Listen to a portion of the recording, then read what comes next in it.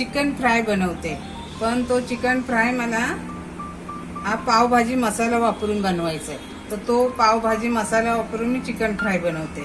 तर आता पावभाजी मसाला आपण ह्याच्यामध्ये टाकू. थोडासा चाट मसाला टाकूया.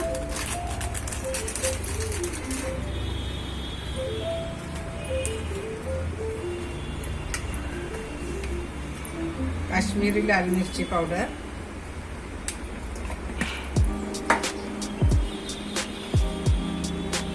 मिरची पावडर आपली ती, हळद, कोथिंबीर, धना पावडर, जिरा पावडर, चवीनुसार मीठ,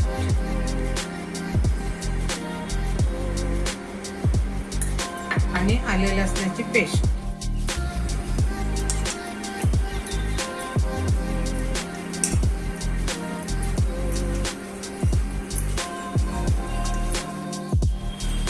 इथे आपण ते पण तापलंय आपलं.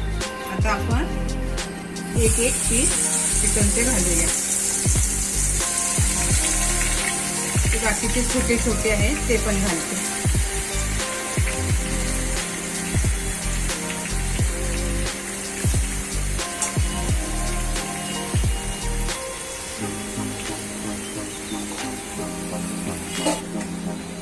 आता आपण याला पलटी करूया आणि चांगलं कुरकुरीत होईपर्यंत तळायचं. मस्त कलर आलाय. आता हे आपलं चिकन फ्राय तयार झालेले आहे. पावभाजीच्या मसाल्याचं चिकन फ्राय.